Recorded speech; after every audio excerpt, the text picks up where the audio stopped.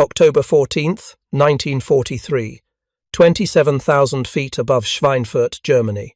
Oberleutnant Franz Stigler watches through the armored glass of his Messerschmitt Bf 109's canopy as a formation of American bombers approaches from the west. The flying fortresses, as the Americans call them, lumber toward the target at barely 180 miles per hour. Slow, predictable, vulnerable, Stigler has shot down 22 Allied aircraft in 2 years of combat. He knows the angles, the weak points, the killing distances. The B-17 is massive, weighing 30 tons when fully loaded, powered by 4 Wright Cyclone engines that together produce less horsepower than the German fighters attacking it can generate in terms of speed advantage. The American bombers cannot outrun German fighters. They cannot outclimb them. They cannot outmaneuver them. What they can do, Stigler is about to learn, is shoot back with a volume of fire that transforms the mathematics of aerial combat into something no Luftwaffe pilot has encountered before. By the end of this single mission, a mission American records would document as one of the bloodiest raids of 1943. One B-17 crew would claim 23 confirmed German fighter kills using nothing but their 12 Browning M2 heavy machine guns. The gunners weren't aces. Most had fewer than 10 combat missions under their belts, but they were positioned in a weapons platform that German fighter pilots had consistently underestimated, and that underestimation was about to cost the Luftwaffe an entire Gruppe. If you're enjoying this deep dive into the story, hit the subscribe button and let us know in the comments from where in the world you are watching from today.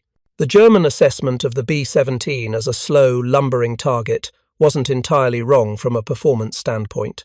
Intelligence reports compiled by the Reichsluftfahrtministerium, the German Air Ministry, throughout 1942 and early 1943 consistently noted the bomber's relatively modest speed.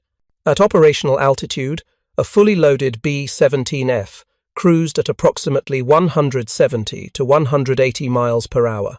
Compare that to a Focke-Wulf 190, which could reach 390 miles per hour in level flight, or even the older Messerschmitt Bf 109G, which topped out around 370 miles per hour. The speed differential meant German fighters could choose their engagement angles, dictate the terms of combat, and break away before American gunners could track them effectively. Or so Luftwaffe doctrine assumed. The doctrinal assumption rested on experiences fighting earlier Allied bombers that carried lighter defensive armament. British Wellingtons typically mounted 6 to 8 rifle-caliber machine guns of 7.7 mm.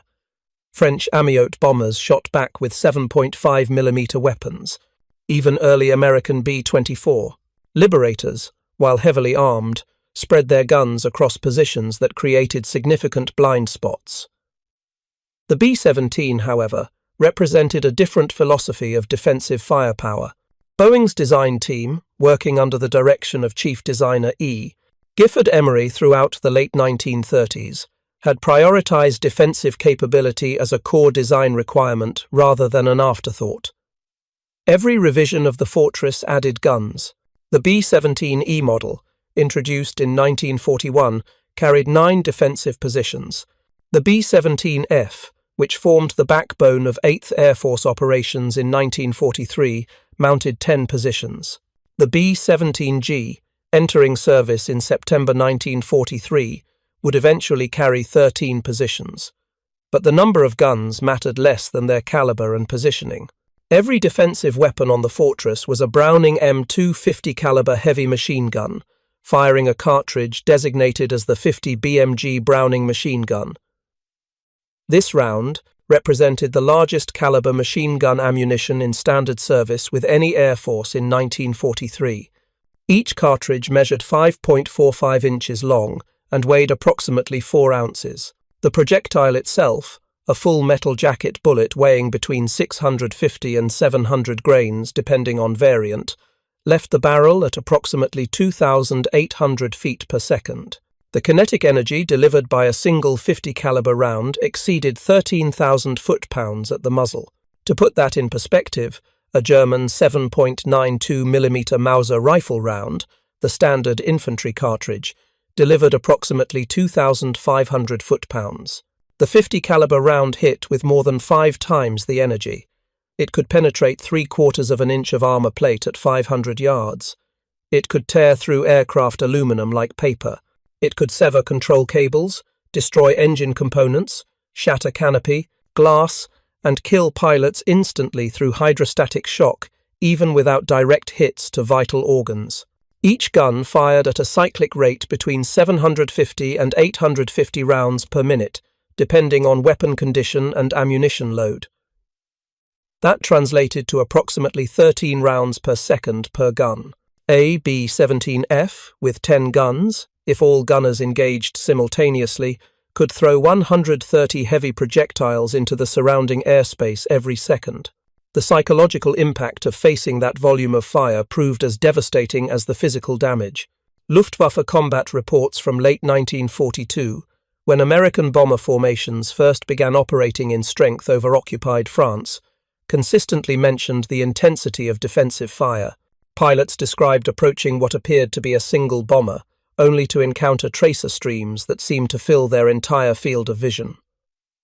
The tracers, every fifth round loaded in a .50 caliber belt, carried a small incendiary charge in the base that ignited when fired, leaving a visible streak created a visual spectacle that veterans compared to flying into a fireworks display. The German fighters weren't actually flying into walls of bullets. Hit probability at combat ranges of 400 to 800 yards remained relatively low, typically between 2 and 5% for both attacking fighters and defending bombers. But when 10 guns fired simultaneously at a single target, low individual hit probability became collective inevitability. A fighter pilot watching 6 or 7 tracer streams converge on his position saw dozens of rounds passing within feet of his cockpit every second. The rounds he didn't see the 4 non-tracer bullets between each visible streak represented the real danger. The defensive positioning of those guns created interlocking fields of fire that German tactical planners initially failed to appreciate. The tail turret, a powered Cheyenne mount, carried 2 .50 caliber guns with excellent visibility through clear plexiglass panels and could traverse approximately 70 degrees left and right of centerline, while elevating from 15 degrees below horizontal to approximately 85 degrees above. This gave the tail gunner complete coverage of any fighter approaching from the rear quarter. The dorsal turret, mounted on top of the fuselage just behind the cockpit, carried another 2 .50 caliber guns in a Sperry design that could rotate 360 degrees and elevate from horizontal to 90 degrees straight up. The ventral ball turret, suspended below the fuselage, mirrored this capability downward. A gunner crouched in that impossibly cramped sphere 10 feet in diameter, barely enough room for a man of average height if he pulled his knees to his chest, could track targets through 360 degrees of azimuth and nearly 90 degrees of depression from horizontal down to almost straight, below the aircraft. The waist positions, one on each side of the fuselage, featured flexible .50 caliber guns mounted in open windows.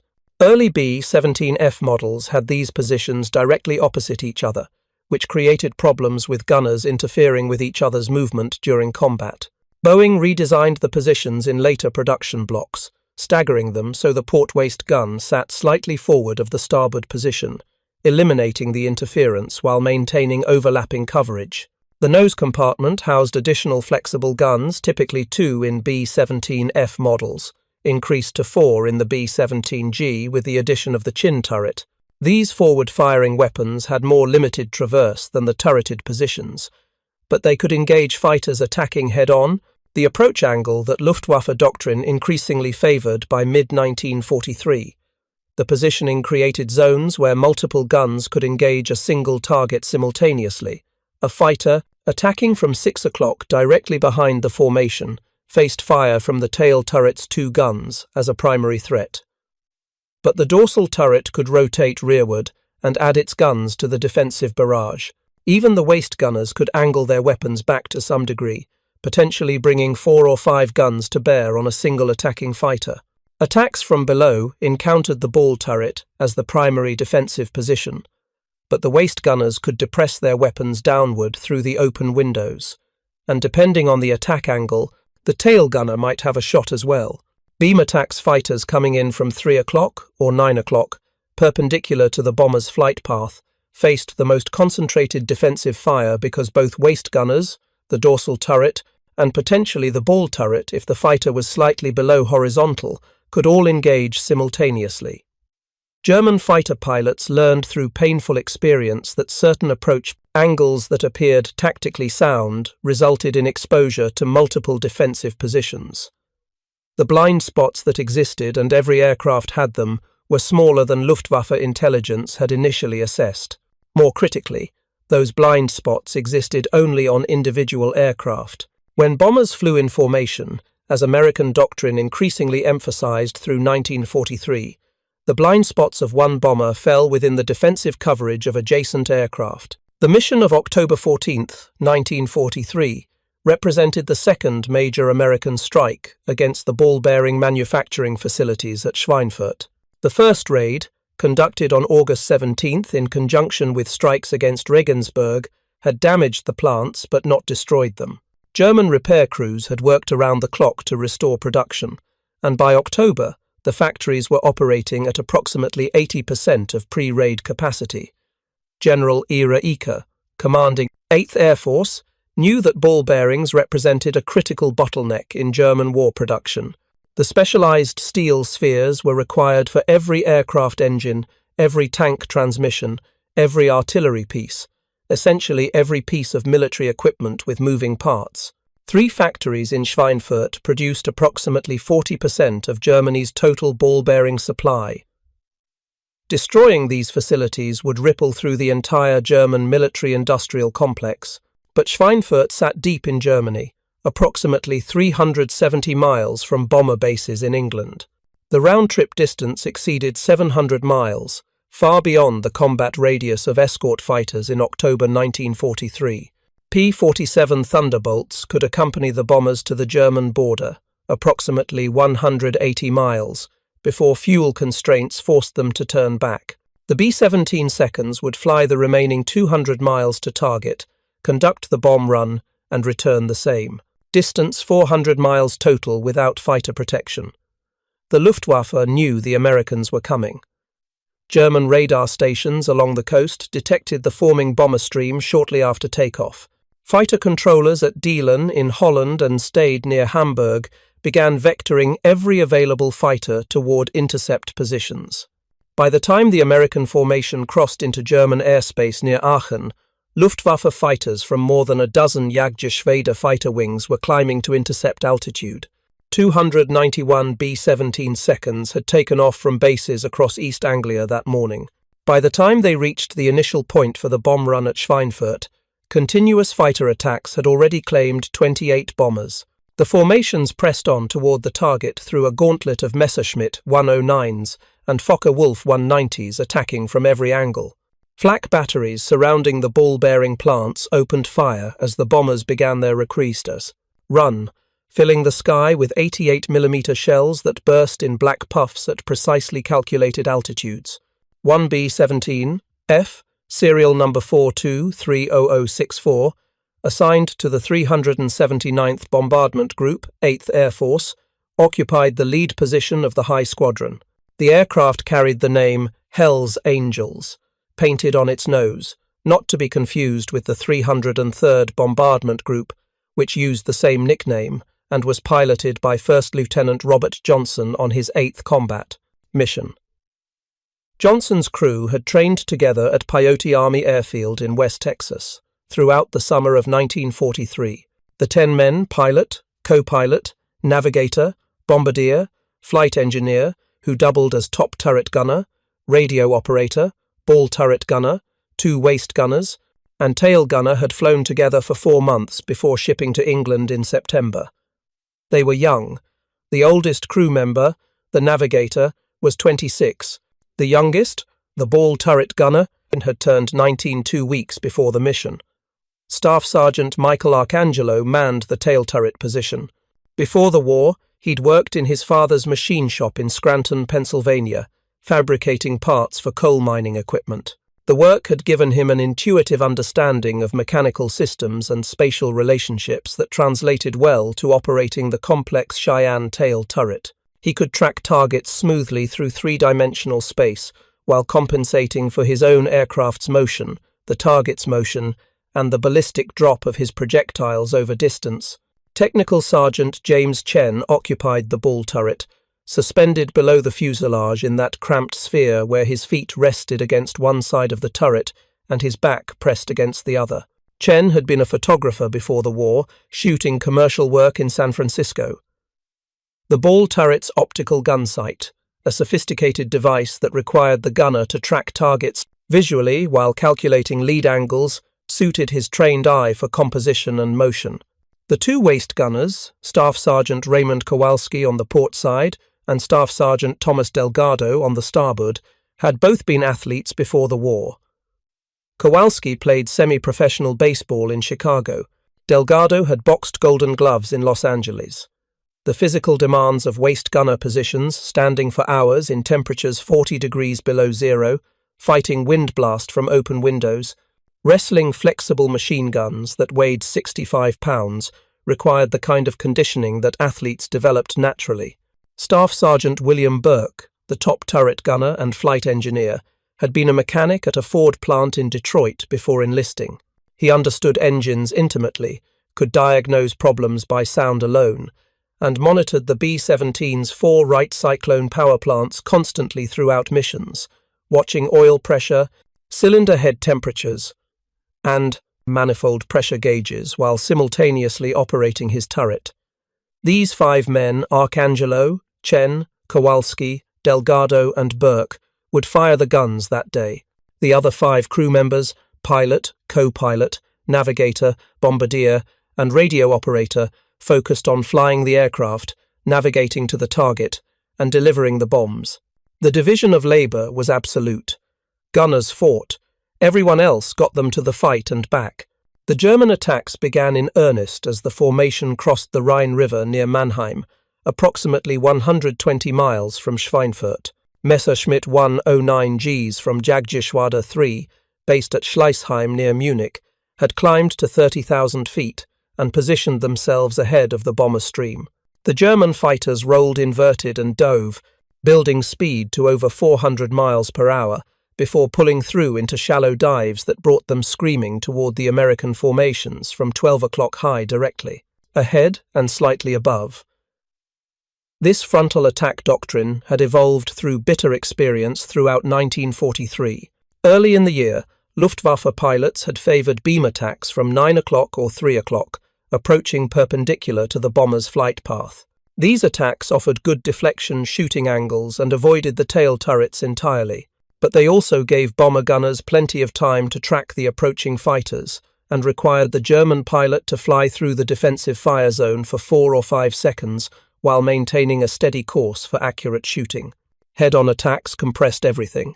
The combined closing speed of fighter and bomber, 400 miles per hour for the fighter, 180 for the bomber, meant the two aircraft rushed toward each other at nearly 600 miles per hour. That translated to approximately 880 feet per second. At typical engagement ranges of 1,000 yards, the fighter pilot had roughly 3 seconds from first shot to collision risk, 3 seconds to aim, fire, and break away before flying into 30 tons of bomber or its defensive fire. The B-17F's forward armament in October 1943 consisted of 2 flexible 50 caliber guns in the nose compartment, operated by the bombardier and navigator. These weren't ideal defensive weapons. The guns were handheld, mounted in sockets in the plexiglass nose glazing, and required the crew members to physically move the weapons from one socket to another to cover different angles. The bombardier and navigator had other primary duties, calculating wind drift, adjusting the Norden bombsight, managing fuel consumption that took precedence over gunnery until the moment fighters appeared directly in front of them. German intelligence had identified this weakness. Frontal attacks exploited the B-17F's most vulnerable defensive zone. The chin turret that would be added to B-17G models starting in September 1943 specifically addressed this vulnerability, but the vast majority of bombers flying the Schweinfurt mission were earlier F models without the additional nose turret. Oberleutnant Franz Stigler led his Staffel, a German fighter squadron of approximately 12 aircraft, into position 5 miles ahead of the American formation.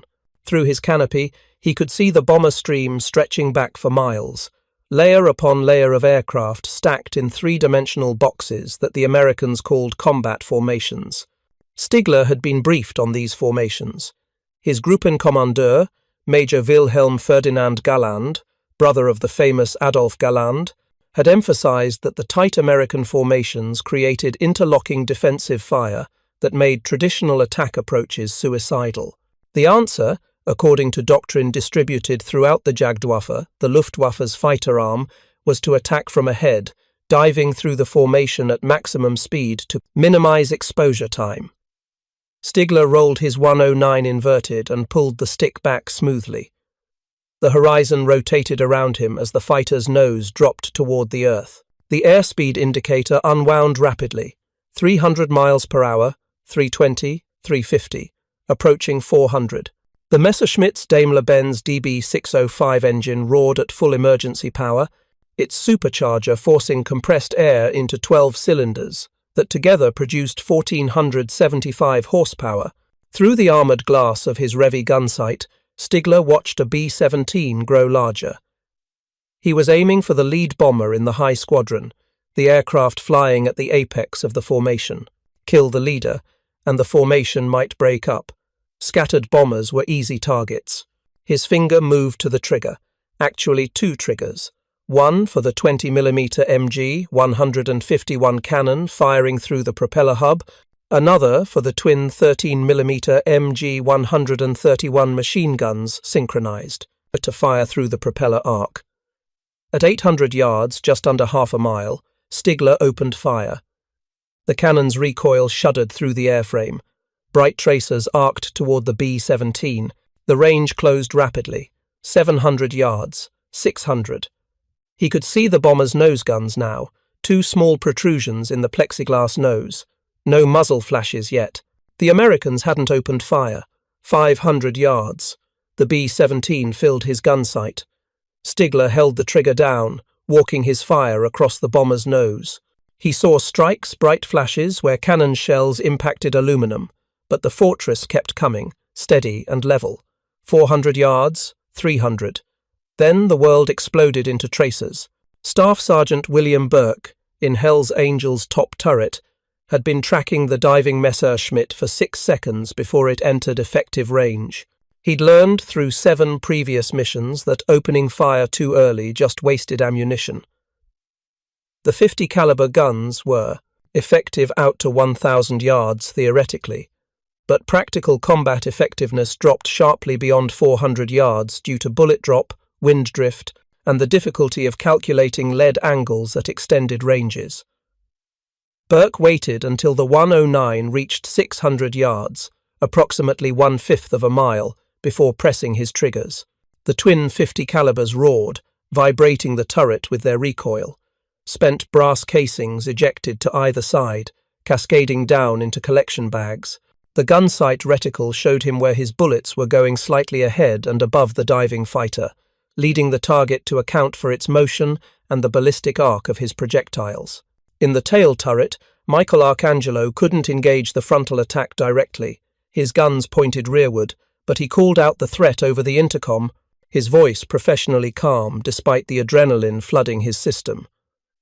Fighter, 12 o'clock high, coming in fast, 109. The nose gunners, Second Lieutenant Henry Walsh, the bombardier, and Second Lieutenant Peter Novak, the navigator, wrestled their flexible guns toward the diving fighter.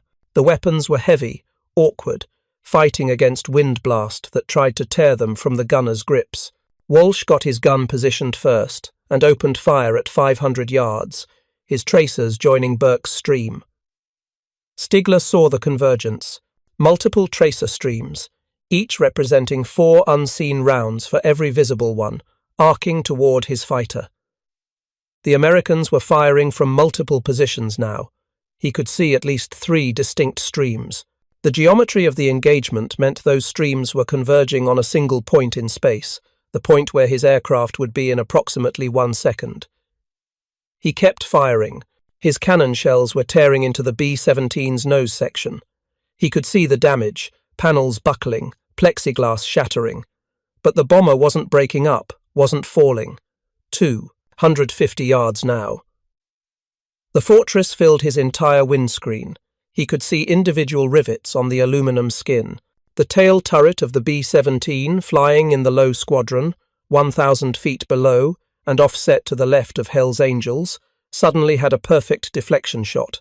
That gunner, whose name Stigler would never know, opened fire at a fighter that was diving at a 45-degree angle across his field of view, a textbook high-deflection shot.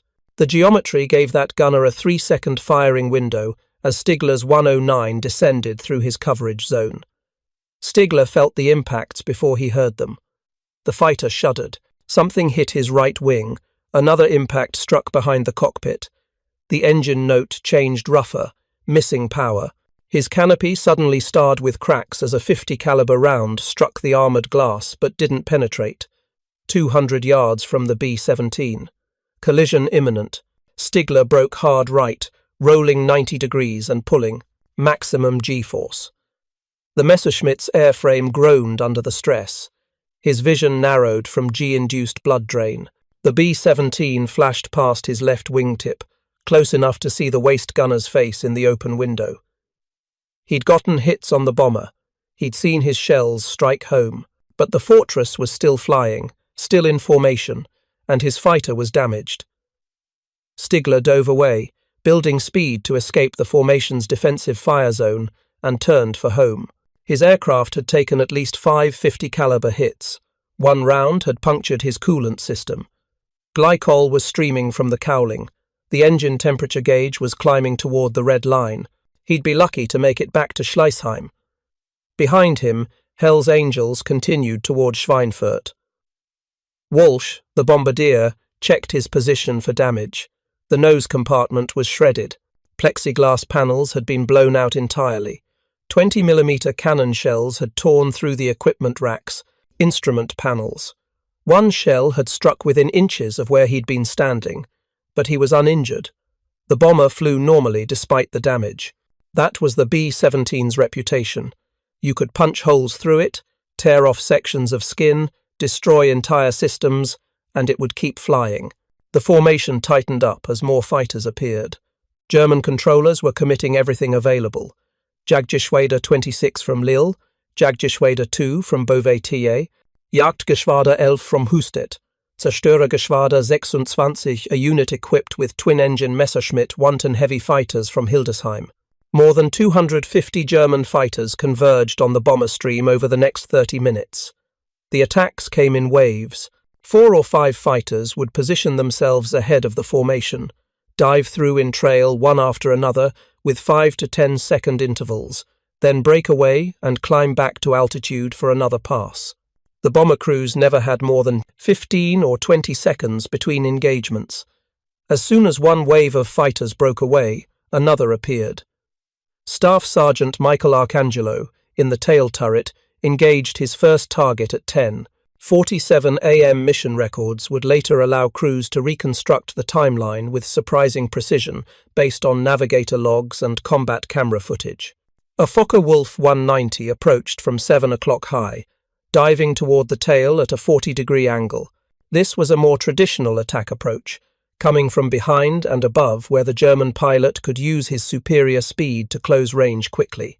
Arcangelo tracked the fighter smoothly, his turret rotating to keep the target centered in his optical sight. The gun sight was a relatively simple device, a ring and post reticle with range estimation marks, but it required the gunner to calculate lead angle instinctively based on target motion. Arcangelo had developed this instinct through countless hours of training and 7 combat missions.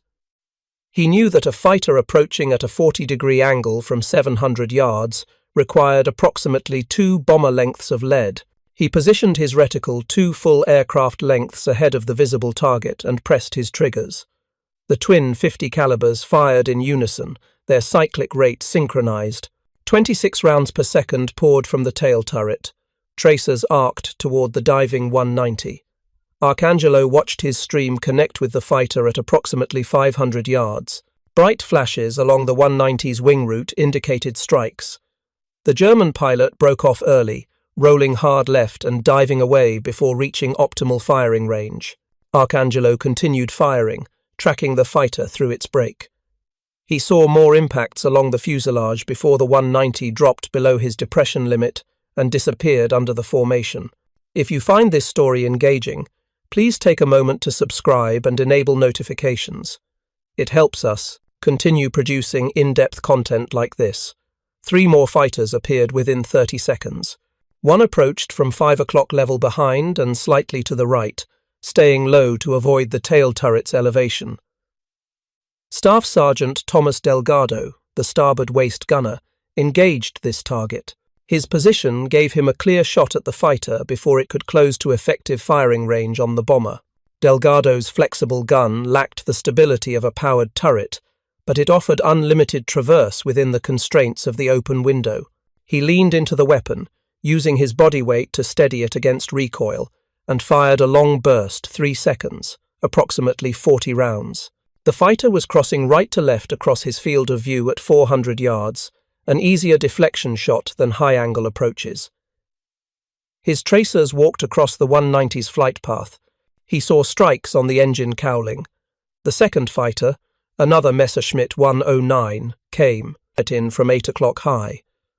Arcangelo rotated his turret left and elevated, acquiring the target at 700 yards. This pilot was more aggressive than the first, holding his dive all the way to 300 yards before opening fire. Arcangelo tracked him through the entire approach, firing controlled bursts 2 seconds on, 1 second off to manage barrel heat and ammunition consumption. At 400 yards, Arcangelo saw his rounds striking the 109's wing. At 350 yards, the Germans' cannon fire began impacting Hell's Angels.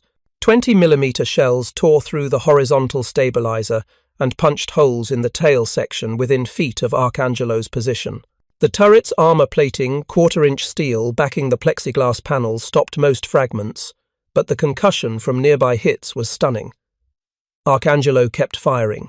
At 300 yards, he saw a 50 caliber round strike the 109's canopy.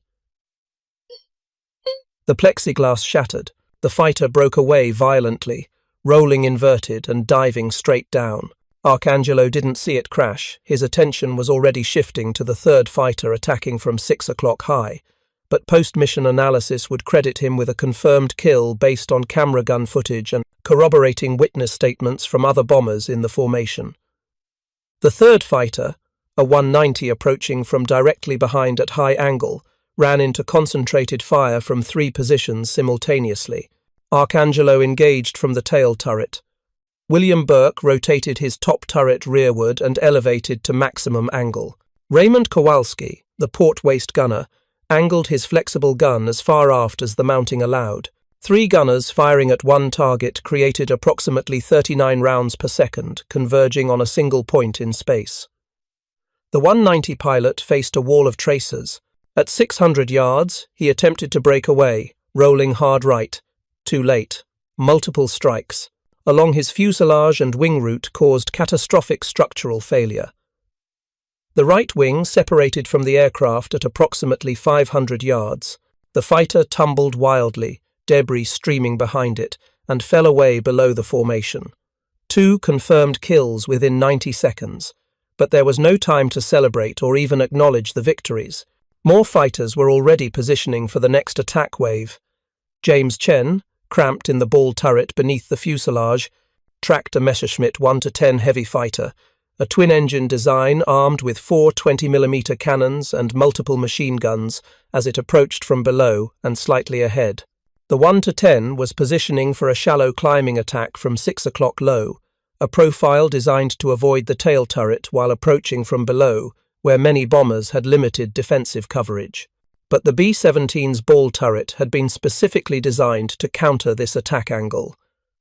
Chen rotated his turret to face, directly aft, and depressed his guns to maximum angle. The 1-10 appeared in his sight at 1,000 yards, climbing steadily. Chen waited. At 700 yards, he opened fire. The ball turret's position, suspended below the fuselage, gave it an unobstructed field of fire downward and rearward. There was no aircraft structure blocking his sight lines or deflecting his bullets. The 50 caliber stream reached toward the climbing Messerschmitt, Chen could see his tracers falling slightly short at 700 yards. The extreme range reduced accuracy significantly, but he walked his fire toward the target by elevating slightly. At 600 yards, his rounds began connecting. The 1-10's left engine started trailing smoke. The German pilot continued his attack despite the damage, his heavy armament giving him standoff capability that single-engine fighters lacked. At 500 yards, the 1-10 opened fire with its cannons. 20mm shells streaked toward Hell's Angels from below. Several impacted the ventral fuselage near the ball turret. Chen felt the concussions through the turret structure. One shell exploded close enough to crack his sighting glass. He kept firing. The 1-10 was committed now, climbing toward firing position, and Chen had him tracked perfectly. At 400 yards, with the Messerschmitt growing rapidly in his sight, Chen fired a sustained burst, 4 full seconds, approximately 50 rounds. The stream of 50 caliber bullets converged on the 1-10's cockpit and forward fuselage. The heavy fighter's nose pitched up violently. The left engine was now engulfed in flames. The aircraft rolled slowly to the left, out of control. Chen watched it fall away, trailing fire and debris. The 2-man crew pilot and radar operator never bailed out. The 1-10 entered a flat spin and disappeared into clouds below. Another confirmed kill. The pattern repeated for the next 22 minutes as the formation approached Schweinfurt. Fighters appeared, attacked, and were either driven off by defensive fire or destroyed. Hell's Angels gunners maintained constant vigilance, scanning their assigned sectors, calling out threats over the intercom, engaging targets the instant they entered effective range. The coordination between gunners developed organically through the chaos of combat. When multiple fighters attacked simultaneously from different angles, a tactic the Germans called rotten attacks, pairs of fighters coordinating their approaches to split the defender's attention, the gunners had to prioritize threats based on range and angle. Fighters approaching head-on received priority because they threatened the pilots and could kill the entire crew by destroying the cockpit. Beam attacks came next because they offered the attacking fighters good deflection shots at vulnerable systems along the fuselage. Tail attacks received slightly lower priority because the tail turret could typically handle single fighters attacking from astern without support. But sometimes priorities overlapped. When Arcangelo was engaged with a fighter at 7 o'clock and another appeared at 5 o'clock, Delgado would take the 5 o'clock threat without being asked. The crew's integration had developed through training and previous missions until communications became almost telepathic. A brief call, "Fighter, 3 o'clock low, mine," told everyone who was engaging which threat, preventing multiple gunners from firing at the same target, while others went unengaged. At 11:09 a.m., according to the navigator's mission log, the formation reached the initial point for the bomb run. This was a prominent landmark in this case, a distinctive bend in the main river approximately 12 miles northwest of Schweinfurt, where the bombers would turn onto their final heading toward the target. The turn had to be precise because the Norden bomb site required a straight, level approach of at least 3 minutes for accurate bombing. The Germans knew the initial point's location. They'd plotted probable routes to every strategic target in Germany and positioned flak batteries accordingly. As the bombers turned onto the bomb run, 88mm anti-aircraft guns surrounding Schweinfurt opened fire. The first shells burst at altitude 2,000 feet below the formation German ranging shots. The flak batteries adjusted. Within 30 seconds, shells were exploding at the correct altitude, creating a field of black puffs that the formation had to fly through. Flying through flak was different from fighting fighters. Against fighters, gunners could shoot back, could see their enemies and engage them. Flak was impersonal, unavoidable, and purely a matter of chance whether a shell burst close enough to cause damage. The bombers held formation rigidly. Breaking formation to evade flak would ruin the bomb run and defeat the entire mission's purpose. The fighter attacks intensified during the bomb run. German pilots knew that bombers were most vulnerable during the 3-minute straight and level approach. No evasive maneuvers, no formation changes, just steady flight that made deflection shooting easier. More than 30 fighters hit the formation during those 3 minutes. Hells Angels gunners fired almost continuously. William Burke, in the top turret, engaged 7 different targets during the bomb run alone, most of them fighters making head-on passes that brought them into his field of fire as they approached from 12 o'clock high. He'd fire at each target for 2 or 3 seconds as it closed from 600 to 300 yards, then traverse to acquire the next threat. His gun barrels were glowing red from sustained fire, visible even in daylight. The barrels were rated for approximately 200 rounds, continuous fire, before heat degradation became critical. Burke had fired well over 300 rounds in the past 5 minutes. The barrels were approaching failure temperature, but he couldn't stop shooting. Fighters kept coming. At 11:12 a.m., Second Lieutenant Walsh, the bombardier, called bombs away over the intercom. 8 500-pound general-purpose bombs released from the racks in Hells Angels bomb bay. Across the formation, other bombardiers released simultaneously, following Walsh's lead as the lead bomber. 108,000 pounds of high-explosive 54 tons fell toward the Kugelfischer ball-bearing plant below. The formation turned off target, heading west toward home. But the fighter attacks didn't diminish. If anything, they intensified. German controllers were throwing everything at the bombers, trying to maximize kills while the Americans were still beyond escort fighter range. Staff Sergeant Raymond Kowalski, the port waist gunner, had been fighting for over an hour. His hands were numb from cold despite electrically heated gloves. The flexible gun's grips transmitted vibration that numbed fingers after prolonged firing. His face was frostbitten around the oxygen mask seal where condensation had frozen. He'd fired over 700 rounds, and his gun barrel was dangerously overheated. At 11:19 a.m., a Messerschmitt 109 attacked from 9 o'clock level directly abeam on the port side.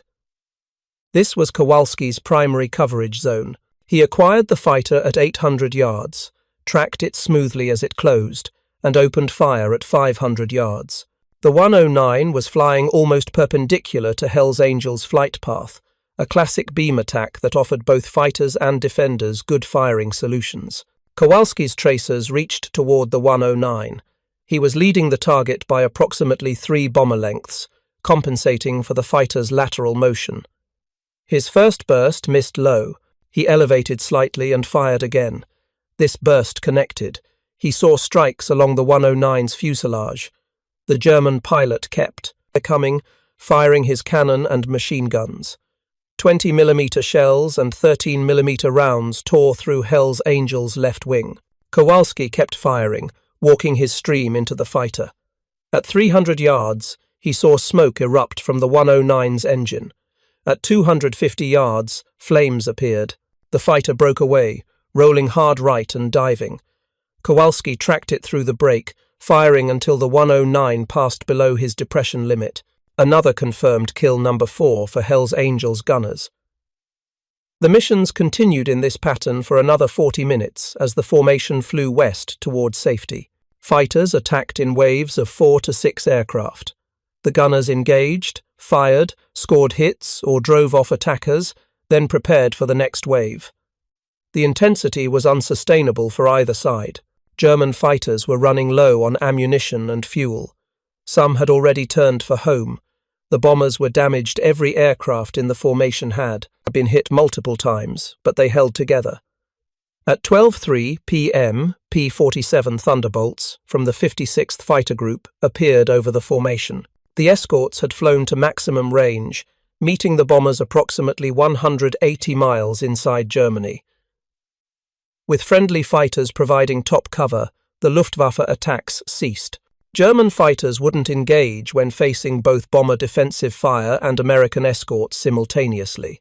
The formation continued west, bleeding altitude slowly as some aircraft lost engines or struggled with battle damage. Hells Angels flew the entire distance home, crossing the English Channel at 1:47 p.m. and landing at Kimbolton, their home base, at 2:23 p.m. The ground crew swarmed the bomber as it rolled to its hardstand. They counted holes, over 200 punctures in the airframe, from rifle-caliber rounds to 20mm cannon shells. The tail section was particularly damaged, with sections of skin torn away entirely and structural members exposed. The nose compartment had lost most of its plexiglass. One engine showed damage and would require replacement. The left wing had 3 large holes where cannon shells had punched through, but every crew member walked away from the aircraft. No injuries beyond minor frostbite and bruises from being thrown against equipment during evasive maneuvers. The debriefing took 3 hours. Intelligence officers interviewed each gunner separately, comparing their claims against gun camera footage. Grainy black and white film shot through cameras, synchronized to the guns, and cross-referencing with reports from other crews who might have witnessed the same. Engagements. The tally for Hells Angels. On October 14, 1943, 23 confirmed German fighter kills. Arcangelo, the tail gunner, received credit for 9. Burke, the top turret gunner, was credited with 6. Chen, the ball turret gunner, claimed 4. Kowalski and Delgado, the waist gunners, each received 2 confirmed kills. 23 fighters destroyed by a single bomber crew in one mission represented an extraordinary achievement, though the statistical reality was more complex than the raw numbers suggested. Multiple bombers often fired at the same target simultaneously, making individual kill attribution difficult. Intelligence officers used gun camera footage, witness statements from other crews, and the angles of engagement to determine which gunner's fire had been decisive in destroying each aircraft. The process wasn't perfect, and some kills credited to Hells Angels might have resulted from combined fire from multiple bombers. But even accounting for attribution uncertainties, the defensive firepower demonstrated that day validated everything Boeing's designers had intended when they created the Flying Fortress. The 12 50 caliber guns, Hells Angels, was a B-17F model, predating the 13-gun G variant when operated by trained crews maintaining overlapping fields of fire, created a defensive envelope that could destroy attacking fighters at a rate the Luftwaffe couldn't sustain. The cost was staggering for both sides.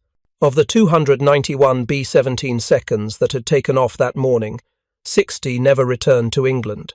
600 men, pilots, navigators, bombardiers, engineers, radio operators, gunners were dead, captured, or missing.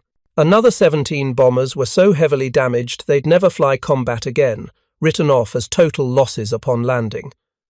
The loss rate exceeded 20%, unsustainable by any measure, but the Luftwaffe had paid an equally terrible price. German records, analysed after the war, showed that approximately 38 fighters were destroyed in combat on October 14th, with another 26 damaged beyond immediate repair. More significantly, 22 German pilots were killed, experienced aviators with hundreds of hours of combat time who couldn't be replaced. The Luftwaffe could build replacement fighters within weeks. Training replacement pilots to the same level of skill took years. The mission became known in 8th Air Force history as Black Thursday. The losses forced a temporary suspension of deep penetration missions until long-range escort fighters became available. But the mission also proved that bomber defensive firepower, when properly employed, could exact a terrible toll on attacking fighters. The Germans had called the B-17 slow, and they were correct. At 180 miles per hour cruise speed, any German fighter could overtake a fortress at will.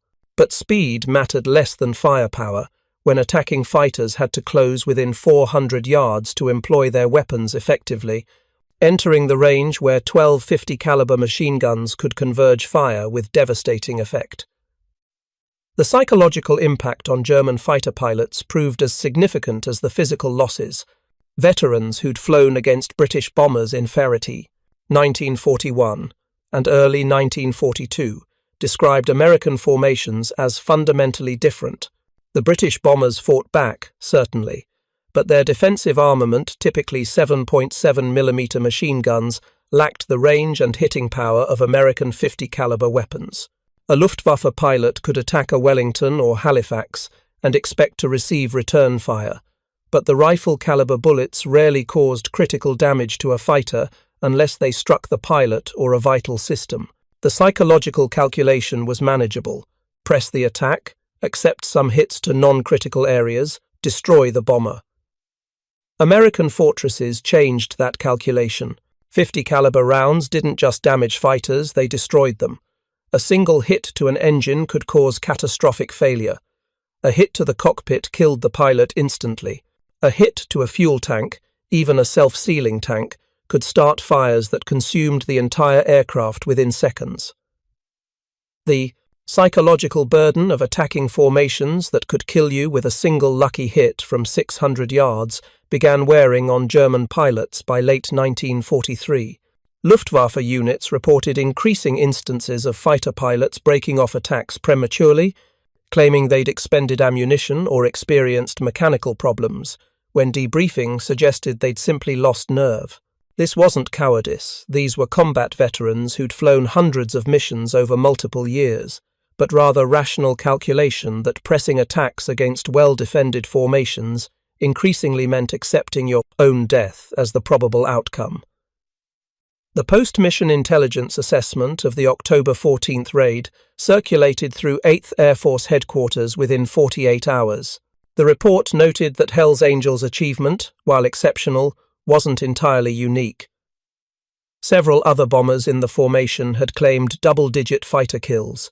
The 379th Bomb Group, Hells Angels' parent unit, collectively claimed 72 German fighters destroyed, with another 31 probables and 48 damaged, even allowing for overclaiming a persistent problem in air combat, where multiple gunners firing at the same target each claimed individual kills. The numbers indicated that B-17 defensive firepower was achieving kill ratios that exceeded pre-war predictions. The original specifications for the B-17, written in 1934, had assumed that defensive armament might allow bombers to survive fighter attacks, not necessarily destroy the attackers in substantial numbers. The reality of combat in 1943 showed that well-trained crews, firing from multiple positions with overlapping coverage, could turn defensive gunnery into an offensive weapon. The formation tactics that Curtis LeMay and other tacticians had developed tight defensive boxes, where adjacent bombers provided mutual fire support, amplified this effect exponentially. A single B-17 might destroy 1 or 2 attacking fighters per mission through defensive fire, but 18 bombers in a tight combat box, their gunners coordinating fire and covering each other's blind spots, could destroy a dozen or more fighters while suffering minimal losses themselves. The German response evolved throughout late 1943 and into 1944. Luftwaffe units experimented with standoff weapons, rockets, and heavy cannons that could engage bombers from beyond defensive gun range. The Werfer Granate 21 rocket, a 21-centimeter unguided projectile, could be launched from 1,500 yards, well outside 50 caliber effective range. But the rockets were inaccurate, heavy enough to significantly reduce fighter performance, and required specialized twin-engine fighters to carry them. Some units tried massed frontal attacks, with entire staffels of 12 to 16 fighters attacking simultaneously from 12 o'clock high, to overwhelm the limited forward armament on B-17F models. This worked occasionally, but it also exposed all the attacking fighters to defensive fire simultaneously, resulting in catastrophic losses when the attacks failed to break up the formations. The most successful German tactic proved to be avoiding the well-defended formation altogether, and instead hunting for stragglers, bombers that had fallen behind due to battle damage, mechanical problems, or crew errors. Isolated bombers, unable to benefit from adjacent aircraft's defensive fire, were vastly more vulnerable than bombers maintaining formation integrity. But this tactic offered only tactical victories. The main formations still reached their targets, dropped their bombs, and returned home. By December 1943, when P-51 Mustangs with drop tanks began escorting bomber formations all the way to Berlin and back, the defensive firepower equation changed again. Now German fighters had to fight through American escorts before even reaching the bombers, and if they did penetrate to bombing altitude, they faced those walls of 50 caliber fire from the formations themselves. The Luftwaffe's fighter arm never recovered from the cumulative losses of late 1943 and 1944. The service was losing experienced pilots faster than training programs could replace them. Fuel shortages grounded squadrons for lack of aviation gasoline. Parts shortages meant damaged fighters sat unrepaired at forward bases, and through it all, the American bombers kept coming, day after day, mission after mission. The crew of Hell's Angels flew 14 more combat missions after October 14th. They survived, completed their tour of 25 missions. The requirement was later increased to 35, and returned to the United States in March 1944. Michael Arcangelo, the tail gunner credited with 9 kills on Black Thursday, received the Distinguished Flying Cross for his actions. William Burke, the top turret gunner, received the same decoration. The entire crew was awarded air medals with multiple oak leaf clusters, denoting subsequent awards. They participated in war bond tours across the United States, speaking at factories and rallies, their stories of aerial combat used to encourage industrial workers and maintain public support for the war effort. But none of them spoke about combat with enthusiasm or glorification.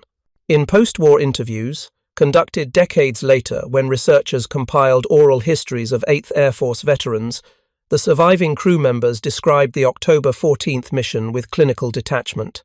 Arcangelo, interviewed in 1987 at age 63, said simply, "We did what we were trained to do.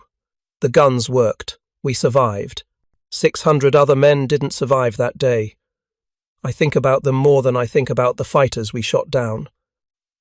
The B-17 itself, the specific aircraft, serial, number 4230064, flew combat missions until August 1944, when it was retired from frontline service due to accumulated battle damage and airframe stress. The bomber had completed 73 combat missions, far exceeding the average of about 15 missions before a B-17 was either shot down or damaged beyond economical repair. The aircraft was eventually scrapped in England after the war's end. None of it survives today except in photographs and mission records. But what it represented, what all the flying fortresses represented, endured in military aviation doctrine for decades. The principle that mass defensive firepower from multiple mutually supporting platforms could defeat attackers through volume of fire rather than individual accuracy influenced bomber design through the 1950s. The concept that formation, discipline, and tactical coordination mattered more than individual aircraft performance shaped Air Force training, programs for a generation of crews, and the recognition that technology alone, whether advanced German fighters or heavy American bombers, couldn't determine outcomes without skilled operators employing that technology effectively, became foundational to post-war military planning. The Germans had called the B-17 slow, and they were correct by the narrow metric of maximum speed. But they'd fundamentally misunderstood what made the fortress effective. It wasn't speed. It was the ability to project defensive firepower across overlapping fields of fire, turning groups of bombers into aerial weapons platforms that could destroy attacking fighters faster than the Luftwaffe could replace them. 12 50 caliber machine guns, when fired by trained crews maintaining formation discipline and coordinating their defensive fire, represented more combat power than any single-seat fighter could overcome through speed and maneuverability alone. The mathematics was brutal and simple. Attacking, fighters had perhaps 3 to 5 seconds in the defensive fire envelope. During those seconds, they faced fire from multiple bombers, simultaneously 30 to 50 heavy machine guns, concentrating on single targets. The hit probability for any individual bullet remained low, perhaps 2 to 5% at combat ranges. But when firing 5,000 rounds per minute collectively across a formation, low individual probability became statistical certainty. Some rounds would hit, enough rounds would hit critical systems, and fighters would fall. 23 German fighters destroyed by one bomber crew in one mission represented the extreme end of the statistical distribution, an outlier result that combined exceptional gunnery skill, favorable tactical circumstances, and undoubtedly some measurement error in kill attribution. But even accounting for overclaiming and shared kills, the broader pattern was undeniable across hundreds of missions and thousands of engagements. American bomber defensive firepower, properly employed, was destroying German fighters at rates that the Luftwaffe couldn't sustain. The slow, lumbering fortresses were winning through volume of fire, formation discipline, and industrial capacity that could replace losses faster than combat could inflict them. The Germans had mocked American industrial methods, mass production, interchangeable parts, semi-skilled labor as inferior to German craftsmanship, and engineering excellence. But American factories were building 16 B-17 seconds per day by late 1943, while German industry struggled to produce 1,000 fighters per month. American training programs were graduating fresh bomber crews every week, while the Luftwaffe burned through irreplaceable veterans.